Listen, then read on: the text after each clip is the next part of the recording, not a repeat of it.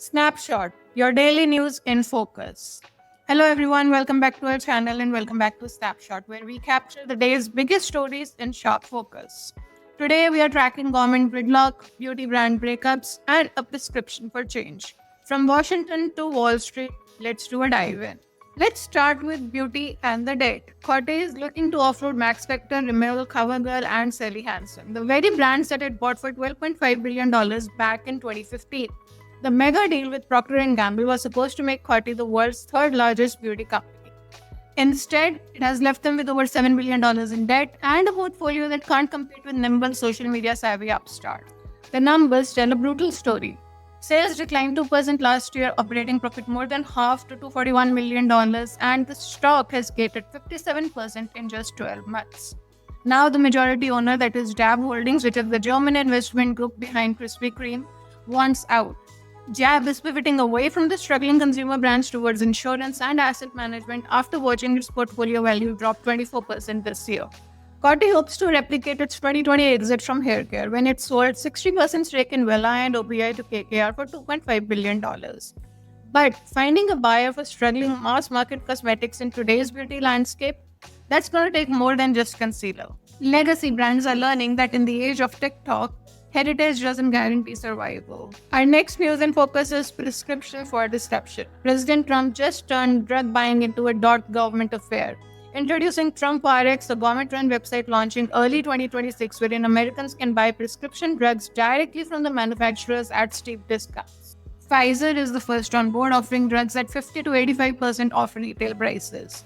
The deal covers primary care treatments and some specialty drugs. In return for these prices, Pfizer gets a 3-year exemption from national security tariffs as long as it invests in domestic manufacturing. The company also committed to a $70 billion investment in US research, development, and manufacturing. This delivers on President Trump's first-term promise to lower the drug prices by forcing the most favored nation pricing, making US consumers pay what other developed countries also pay. Drug maker stocks jumped on the news with Pfizer up nearly 7%. And from here, let's move on to Buffett's billion-dollar bet.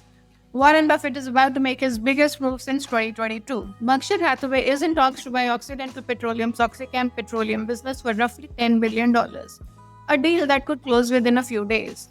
This would be Buffett's second major chemicals play after acquiring Lubrizol for nearly $10 billion in 2011. OxyChem makes chemicals for water chlorination, battery recycling, and paper production, generating nearly $5 billion in annual sales. Berkshire already owns 28% of Occidental's shares, having backed CEO Vicky Hollop's $38 billion acquisition in 2019. The deal actually left Occidental drowning in debt and facing pressure from activist investors. The company has since sold $7.5 billion in non-core assets to pay for the debt. Meanwhile, Berkshire has been sitting on a record $344 billion cash pile waiting for the right opportunity. At 95, Mr. Buffett plans to retire as CEO by the end of the year, handing the reins to Greg Abel. But first, one more mega deal for Mr. Buffett. Next, let's come to Sora going social. OpenAI just launched Sora 2, which is not just a video generator anymore, it's a full-fledged social media app with TikTok-style vertical scrolling, algorithm-driven feeds, and the ability to insert yourself into AI-generated worlds. Users can create high-definition video clips with audio from text prompts, upload short clips of themselves, and jump into Sora-created scenes. They can follow other users, watch their content, and leave comments.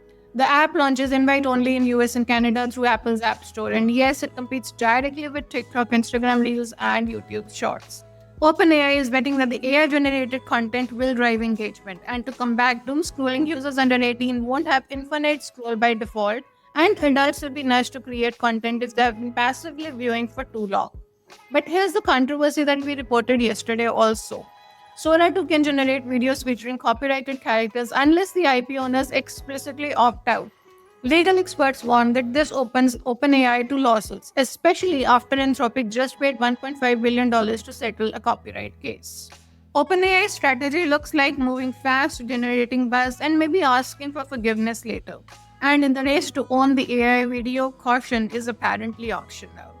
And lastly, the shutdown mode. US government shut down early Wednesday morning after lawmakers failed to pass the funding bill.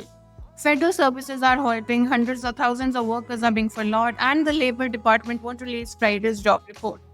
National cemeteries won't be trimming the grass, the CDC stops analyzing disease surveillance data, and Workplace safety inspections are also cancelled. Unlike the power shutdowns, this one could be more consequential, and we have both the sides blaming each other. Congress has not passed any appropriation bills, so unlike 2019 shutdown, no offices are funded. House lawmakers aren't expected to be back until next week, and with midterms over a year away, the political fallout depends on how long does this last. And that's all that we have for today's snapshot. From beauty brands losing their shine to government services going dark and drug prices going direct. We are watching institutions scramble to adapt or simply shut down. Signing off for today's episode. Stay curious, stay sharp, and we'll see you tomorrow with another look at the news that matters.